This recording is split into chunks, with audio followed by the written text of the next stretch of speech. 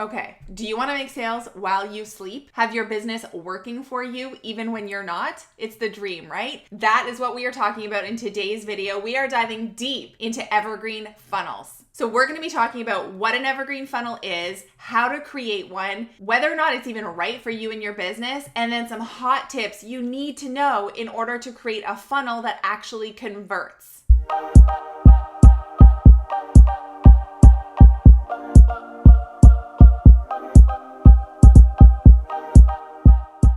So hi, I'm Gemma Bonham-Carter. I help online entrepreneurs just like you sell more of their digital products using email marketing. I am obsessed with passive income and helping you create a business that lets you live your dream life. I release a new video every single Thursday, so make sure to hit that subscribe button so you can stay tuned. Okay, so let's start by just going over a few funnel basics, because if you've never created an email funnel before, you might not really even understand how it works. So the idea with an email funnel is that somebody, a new subscriber, new reader, a new audience member, a new fan of yours is going to opt into something. So usually that thing is some kind of lead magnet. You've probably heard that before, an opt-in, a freebie, any kind of lead magnet. Now, this could be like a PDF, a template, any kind of downloadable thing, or it could be something like a quiz. Quizzes are really popular right now. The other option could be some kind of workshop or a webinar or a masterclass. That's a really like high ticket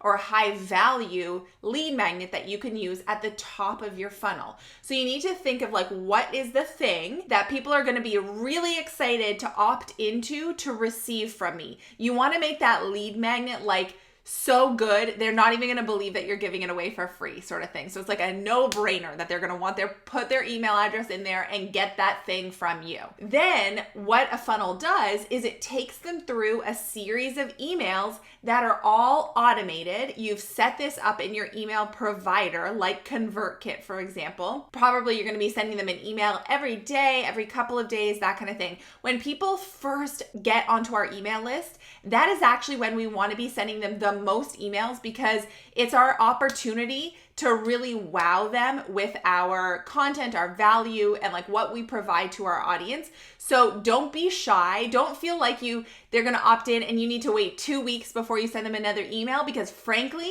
they're not going to remember your name 2 weeks from now. You want to send more emails right up front so that you're like immediately bringing them into the fold and immediately they're starting to know, like, and trust you. Ultimately, at the end of the funnel, the idea is that we're asking them for a sale. Business owners are people who, like, we have to make money in our businesses, right? We're not just doing this as a hobby. So we need to actually sell our products or services or offers. And that is what's going to happen at the end of the funnel. So what does it mean to have an evergreen funnel? What the word evergreen means is that there's nothing live. There's no live component to this. It's applicable anytime. You might have heard before the term like evergreen content. And what that means is like a blog post or a YouTube video or a podcast episode or something that just stands the test of time. That like you could have released a blog post on, January 1st of one year, and the January 1st of the following year, that post is still relevant because it's evergreen content. It doesn't expire. There's no like time limit to it. So when we're talking about an evergreen funnel, it means that we're setting it up and then it's running on autopilot. Like, we're not delivering live emails here to our people, and we're not delivering content that's like time sensitive. It's going to be just as valuable whether it's delivered on a Tuesday in February versus, a Saturday in July. It stands the test of time. So that's where the term evergreen comes from, is that people can go through it at any time. There's nothing live about it. It's all automated. So what is it that you would be selling in your funnel? Do you have a digital product like a course or a membership or template? Are you offering a service and you are trying to book a call through your funnel?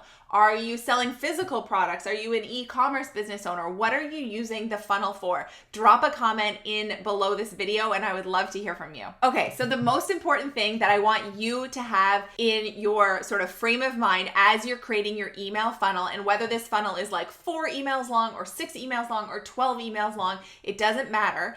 The ultimate framework that you want to be using is called the PAS framework, P-A-S. Now, what do these stand for? P stands for the pain point. So at the beginning, at the top of our email funnel, after we've delivered that like free, valuable thing, what we're doing is we want to point out the pain point for our audience members. So that's P. A is for agitate. So as we've pointed out the pain point that our reader is experiencing, now we're kind of moving into like agitating that pain point, like making them really feel like, yeah, that's annoying. I wish I had the answer to that problem. I wish I could get the solution.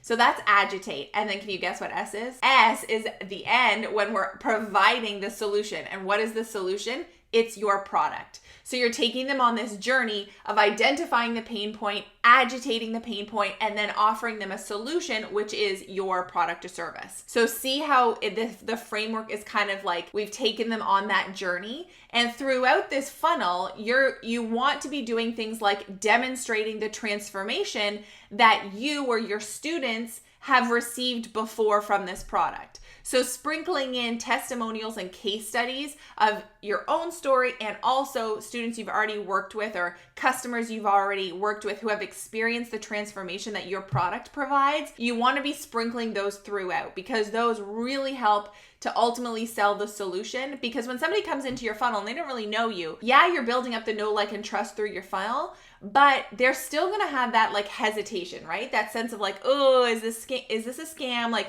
does he or she really know what they're talking about? And so the more we can demonstrate that we've worked with clients or customers or students before and that they have experienced the transformation that our reader wants to experience, the more trust that they are gonna have in our solution, in our program, in our product, right? Like, people aren't gonna buy your product because you've listed a bunch of facts and features about it, or told them that there's 5 modules, or told them that there's like 10 downloadable workbooks. That's not why they're buying your product. They're buying it because they want the results. They want that solution, right, to their pain point. And so you need to work and weave in story throughout your funnel and not be so kind of just fact driven. Okay, so the other thing that's really important when we're creating our email funnels is that you're going to create this first one. You're going to put it out into the world. You're going to start getting leads coming through your funnel.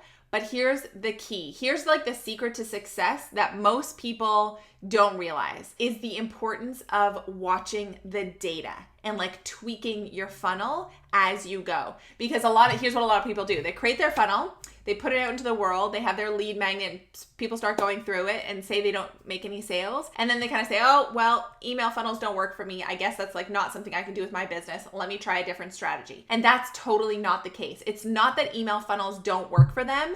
It's that they didn't test and tweak and watch the data carefully enough and constantly improve the messaging, the offer, how the funnel is laid out. And you need to be data-driven in your business. You need to make those data-driven decisions, not emotional ones, right? It's an emotional decision for us to just be like, it doesn't work for me, can't do it, go on to the next thing, right? Whereas if you're making data-driven decisions, you can look at it, you're gonna look at that data, and you're gonna say, oh, you know what? On my lead magnet landing page, I'm getting, like, of every 100 people who are landing on that page, only 25 are opting in. So I only have a 25% conversion rate on that landing page. That could be a lot better. I want that to be at like 60% for you or even higher. So what can you do on that landing page? You can edit the graphics. You can change the copy, like the actual words on it. You need to spell out the benefits that they're going to get from opting into that lead magnet.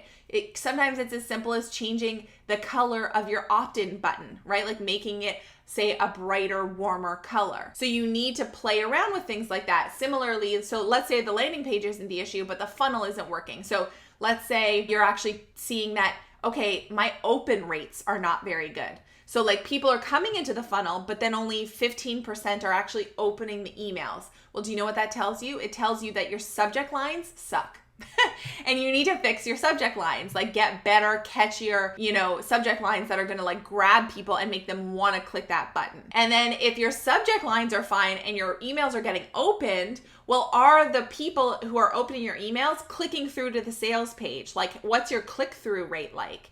Because if people aren't actually clicking on the sales page link because it means you're not doing a good job in your emails of enticing them enough to want to go over there. So you're going to have to go back to your copywriting and say, okay, how can I do a better job of really showing them that my thing is going to solve this pain point for them, right? And then again, being data driven, if we're getting lots of traffic onto our sales page, but people aren't actually converting, they're not actually buying the product, well, then that tells you, okay, I'm getting a lot of traffic to my sales page, but nobody's converting. My sales page isn't doing a great job of really demonstrating the value of my product and encouraging people to buy. So what can I do? Can it be like a layout thing and change some graphics and show more, do like better mock-ups, have better copywriting, have more testimonials, have like, pricing options. Everybody likes to have options in their pricing, right? Of like tiers. So there's lots of things you can do on a sales page. But if you aren't going into it with this like data-driven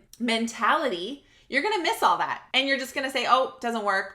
On to the next thing. When actually it could have just been a little tweak that you needed. And suddenly it starts to convert like gangbusters, right? And once you have an evergreen funnel that's converting, then man, oh man, that is your golden ticket. Then it's like, okay, I just need to get more leads into it, because if I know it's converting at like 2%, 3%, 6%, whatever, I just need to get tons of leads in. Like good leads of the right people, not just junky leads, but more leads. And then we can use all kinds of strategies to do that, right? Yes, paid advertising, but also tons of like organic strategies, like using social media, using blog posts, using Pinterest, using guest partnerships and podcast episodes and collaborations and interviews, all that kind of stuff, right? That's kind of starts to become easier. The hard part is just getting the funnel that converts. So what I want you to do is grab our email funnel blueprints. It's our free, basically I'm mapping out the funnels for you in terms of what they could look like. So it's like what email to send and when.